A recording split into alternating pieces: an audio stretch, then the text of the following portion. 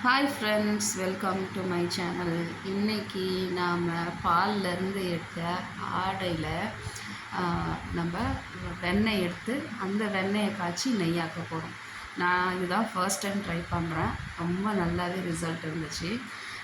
இது கிட்டத்தட்ட ஒரு 3-4 மாதமாக சேகரித்து வச்ச மலாய் இது. ஃப்ரீசருக்கு கீழே பாக்ஸ் இருக்குல்ல, அந்த பாக்ஸில் வச்சு ஒரு 3-4 மாதமாக சேகரித்த மலாய் இது. இதை ரெடி பண்ணுறதுக்கு ஒரு 3 நாளைக்கு முன்னாடி இந்த மலாயில் ஒரு 3 ஸ்பூன் தயிர் போட்டு நம்ம மிக்ஸ் பண்ணி வச்சிடணும்.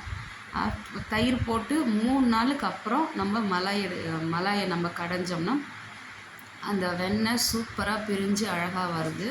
அதுதான் இப்போ நான் உங்களுக்கு காட்டுறேன்.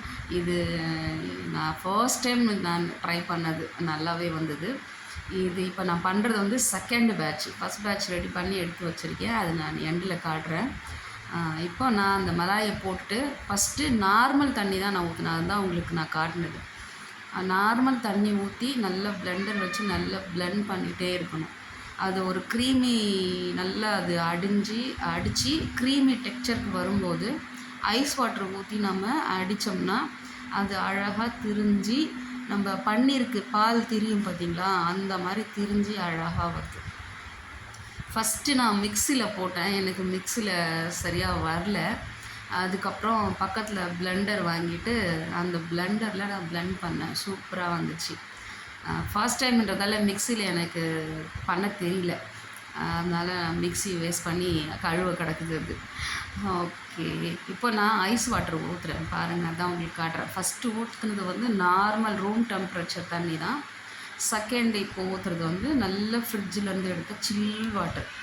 அது ஊற்றி அடிக்கும்போது ஒரு 10-15-20 நிமிஷத்துலேயே இந்த ப்ராசஸ் முடிஞ்சிடுது. இந்த வெண்ணெய் எடுக்கிறது அழகாக திரிஞ்சு பால் திரிகிற மாதிரி திரிஞ்சு வருது ஃப்ரெண்ட்ஸ். எனக்கு பார்க்கவே ரொம்ப சந்தோஷமாக இருந்தது. ஏன்னா இது ஃபர்ஸ்ட் டைம் நான் ட்ரை பண்ணுறேன். இதுக்கு முன்னாடி நான் ட்ரை பண்ணது இல்லை.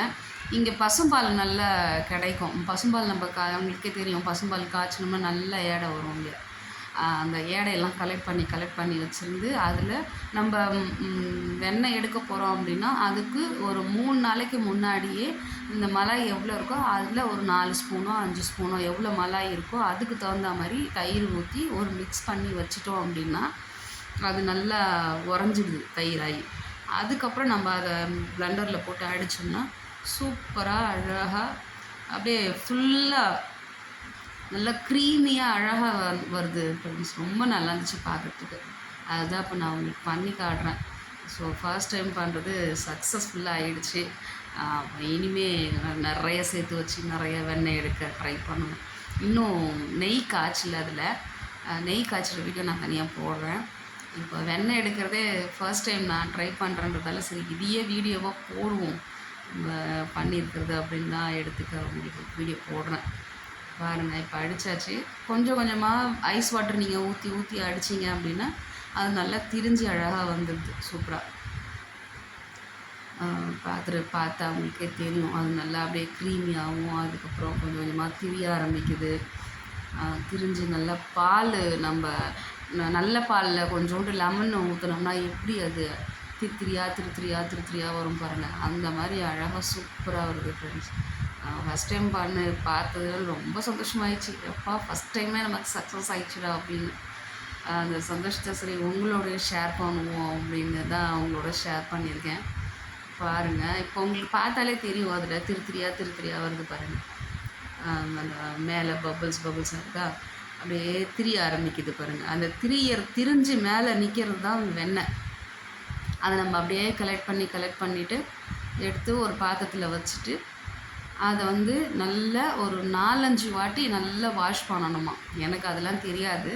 இங்கே பக்கத்தில் ஒரு பஞ்சாப் அக்கா இருக்காங்க, அவங்க சொன்னாங்க இந்த மாதிரி ஒரு 4-5 வாட்டி நல்லா வாஷ் பண்ணிவிட்டு அதை எடுத்து ஃப்ரிட்ஜில் வச்சிட்டிங்க அப்படின்னா வெண்ணெய் நீங்கள் எப்போ நெய் காய்ச்சிட்டிங்களோ அப்போ எடுத்து காய்ச்சிக்கலாம் அப்படின்னு. இங்கே பாருங்கள், அப்படியே திருத்திரியாகிடுச்சு பாருங்கள். இதுதான் அது வெண்ணெய்.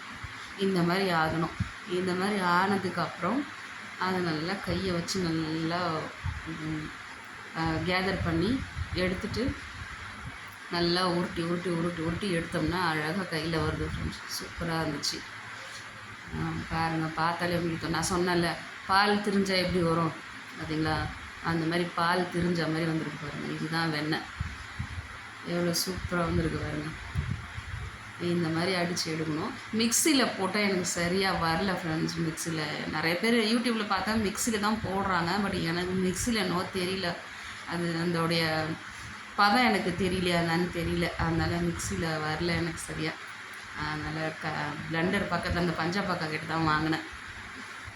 வாங்கி பிளெண்ட் பண்ணி ஒரு நேரத்தை ஒரு கட்டத்தில் அவங்களே கூட்டு வந்தேன் நான் அந்த பஞ்சாப்பாக்காவை. ஏன்னா அவங்க வீட்டில் நிறைய மாடு எருமாடுலாம் இருக்குது. அவங்க டெய்லி வெண்ணெய் எடுப்பாங்க, அவங்களுக்கு தெரியும், சொல்லுவாங்க. அதனால் அவங்கள கூப்பிட்டு வந்து ஃபஸ்ட்டு பேட்ச் எடுக்கும்போது அவங்கள கூட்டிகிட்டு வந்து காமிச்சேன். அவங்க சொன்னாங்க, தான் அடிச்சிட்டிங்க, நல்லா தான் அடிச்சிருக்கீங்க, அவ்வளோதான், இதுக்கு மேலே நீங்கள் வெண்ணெய் எடுத்துருங்க அப்படின்னாங்க.